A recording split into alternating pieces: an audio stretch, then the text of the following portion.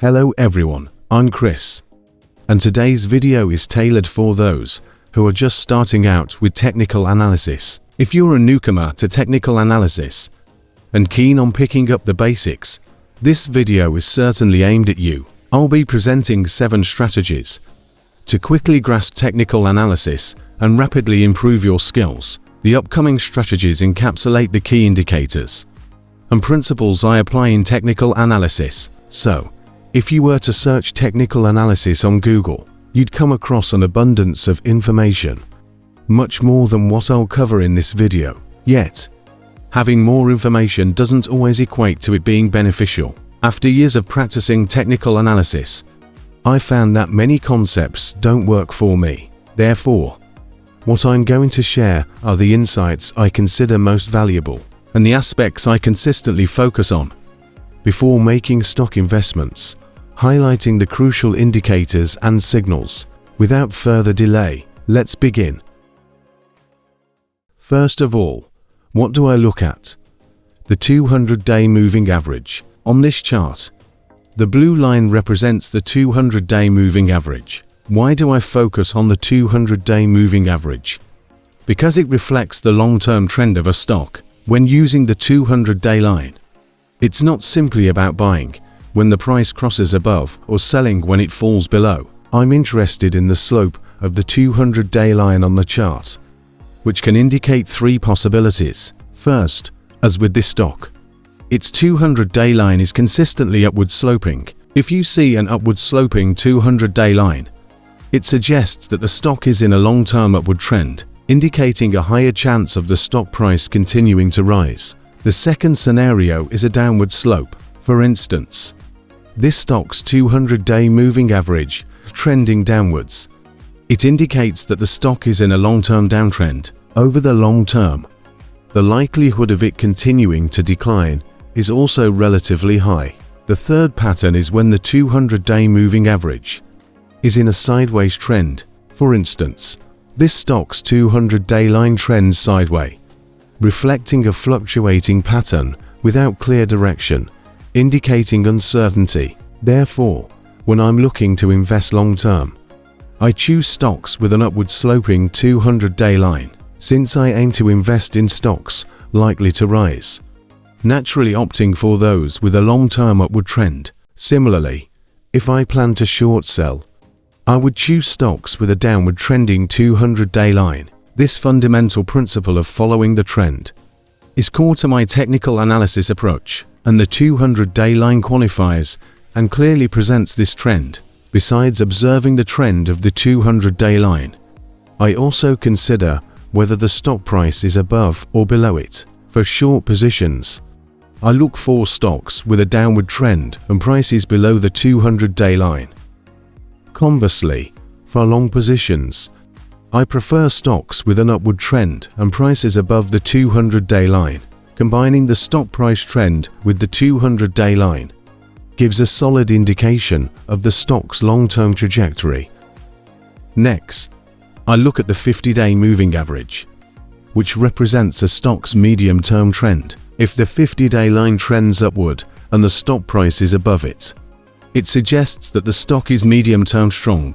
Taking this stock as an example, the blue line, or the 200-day line, trends upward, and the orange line, or the 50-day line, mostly trends upward with the stock price predominantly above it, indicating a robust performance. Besides the 200-day line, I also pay attention to whether the 50-day line is above the 200-day line. If both are trending upward, and if the stock price is above both lines, meeting these criteria suggests that the stock is both medium and long-term strong, significantly increasing the chances of success for investing short, medium, or long-term. Based on my experience, stocks with these 3 characteristics often outperform the broader market during uptrends, continue to rise in directionless markets, and fall less during downtrends. Generally, they can outperform the market. So, if you're looking to find market-beating stocks, aim for those with the price above both the 50-day and 200-day lines, where the 50-day line is above the 200-day line, and both trend upward. Stocks lacking these three characteristics aren't necessarily bad investments, but, in my experience, possess a higher chance of outperforming the market. When they exhibit these features, it's crucial not to base decisions solely on whether the stock price crosses a moving average line or the crossing of moving average lines themselves. Instead, the focus should be on the broader trend and position relative to these lines, which offers a more robust strategy for identifying strong investment opportunities. Alright, the third thing I always look at when performing technical analysis is the stock support and resistance levels. What are support and resistance levels? Support and resistance represent price levels that the stock price seems unable to break through. The longer these levels hold, or the more frequently they are tested, the more reliable they become. I often use support and resistance as key determinants for buying or selling a stock. Typically, if a stock breaks through an important support level, I will not hesitate to sell it. Conversely, if it breaks through a significant resistance level, I will buy the stock at that moment. Let's look at some practical examples. Take this stock. For instance, you'll see a line I've drawn. It's clear that at this point, the stock price reached around $144 several times, but couldn't break through, turning back down each time. Similarly, here, over a period of time, the stock price reached this range, but couldn't break through, eventually reversing direction. The commonality between these points is approximately at $144. If we connect these points, you can see a horizontal line can be drawn. This line represents a level the stock price consistently fails to break through, even quickly falling back when it approaches this price level. Therefore, this position indicates a significant resistance level for the stock, indicating many investors are waiting to sell their holdings as the price reaches this level, creating a substantial supply that exceeds demand, hence forming a key resistance. So, if you're considering buying this stock, it's advisable to wait for the price to break through this resistance line before entering, as a breakout signifies that investors ready to sell at this level have likely exhausted their shares, implying that the major supply is dissipated. If the price does break through, it's likely to rise sharply, especially if accompanied by high trading volume, as the demand to buy this stock significantly outweighs the supply to sell, making it a prime buying opportunity. Even if you buy at the breakout moment, you could see profits of over 10% in just a short period of time. Now, let's switch to another example to understand support. Sometimes, important support levels aren't at a single price, but can be a price range. For example, look at how this stock has tested the support price range $52 to $53 multiple times. Here's once, twice, 3 times, but eventually, it breaks through.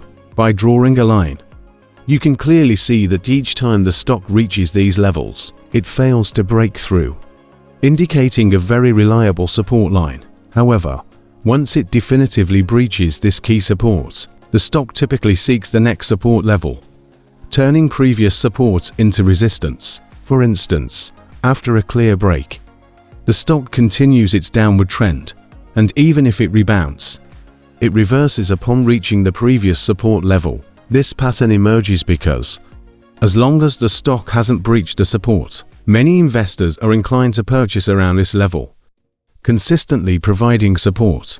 But once it breaks through, it signifies that demand has nearly been exhausted, while the supply has not diminished. With an increase in supply and the depletion of buying power, sellers gain the upper hand, pushing the price downward. When the price rebounds to the previous support level, some investors who were previously willing to buy might opt to sell, aiming to minimize losses or to break even, thereby transforming what was once support into resistance on the chart. Consequently, should I notice certain stocks clearly breaking through key support levels, and if I hold any positions, I would not hesitate to sell them. Furthermore, if I am contemplating short selling, I would be even more inclined to take advantage of these opportunities to short those stocks. Moving on to the fourth aspect of my technical analysis approach. I focus on identifying the price patterns of a stock. The topic of price patterns is vast, and it's not feasible to delve into each pattern in detail here. I plan to explore this topic further in future videos. For now, I'll introduce a few price patterns that I find particularly practical. VCP Volatility Contraction Pattern. Taking this stock as an example, you can see that after it breaks through the VCP, it embarks on a significant uptrend, cup with handle, as the name suggests. This pattern resembles a cup with a handle. Here, it looks like the body of the cup, and this part is the handle. It might require a bit of imagination to see, but once the stock breaks through this handle, it typically starts a substantial rally. Narrowing triangle. This stock, for example, forms a triangle pattern that narrows over time. Once it breaks through, the stock price surges. Box range. This refers to a stock moving within a box-like range, resembling a rectangle, where the price fluctuates up and down within this box. Breaking out of this box often leads to an upward movement. In the stock price, there are many more price patterns, including the double bottom, rounded bottom, triple bottom, head and shoulders, inverse head and shoulders, diamond, and flag patterns. I hope to explain more about these patterns in future videos. The fifth aspect we'll examine is whether the chart structure is loose or tight. A loose structure means that there is significant volatility, as demonstrated by this chart, where the structure is irregular and very loose, indicating that buyers and sellers are still wrestling for control. Investing in stocks with a loose structure is akin to gambling, as it's challenging to identify support and resistance levels and the direction of the trend, making it hard to formulate a strategy. Therefore, I prefer to engage in stocks whose chart structures have become tight, indicating reduced volatility and a more predictable pattern. For instance, this stock shows a period where the candlesticks are tightly arranged, with fluctuations only in the single-digit percentage range. I generally wait for a stock to break out of this tight range before buying, at approximately this price point. After breaking through this tight structure, the stock price often starts another significant rally. Alright, for the sixth point, when opting for technical analysis, it is imperative to calculate the odds of winning, as well as to master the art of cutting losses. To be candid, no form of technical analysis guarantees a win, and the odds of success are not as high as one might imagine. Over the long term, the examples discussed tend to split fairly evenly, meaning there's roughly a 50-50 chance of success or failure. While we've showcased several successful examples, it's equally possible to find many instances of failure. However, this doesn't render technical analysis useless. The crux lies in how you utilize it to analyze, offering you a 50% chance of success, which is quite beneficial, seeing that a successful bet can yield tens of percent, or even double your investment. Controlling your losses. Winning big when you win and losing less when you lose can lead to substantial long-term earnings. Thus, pondering over odds and setting stop-loss limits is essential in technical analysis. If you lose $1 when you're wrong, but only gain $1 when you're right, you won't profit in the long run, and will lose out on transaction fees. Conversely, if you limit your losses to $1 but can win $2 or more, playing this game indefinitely can amass significant wealth. Therefore, the key to winning or losing is effective loss management. Take this stock.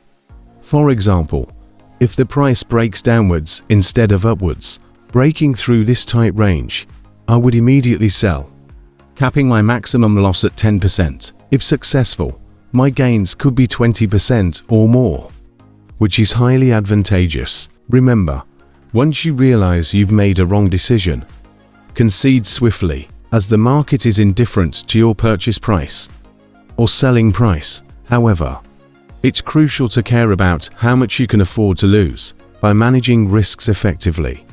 Technical analysis can indeed lead to substantial gains, For the seventh and most crucial tip, subscribe to this channel. My videos share years of experience, insights, and techniques in technical analysis, aiming to offer you a shortcut, saving you from the time-consuming process of learning through trial and error, and reducing setbacks. That's all for today. If you find this video helpful, please like, comment, share, and subscribe for our next video. Goodbye for now.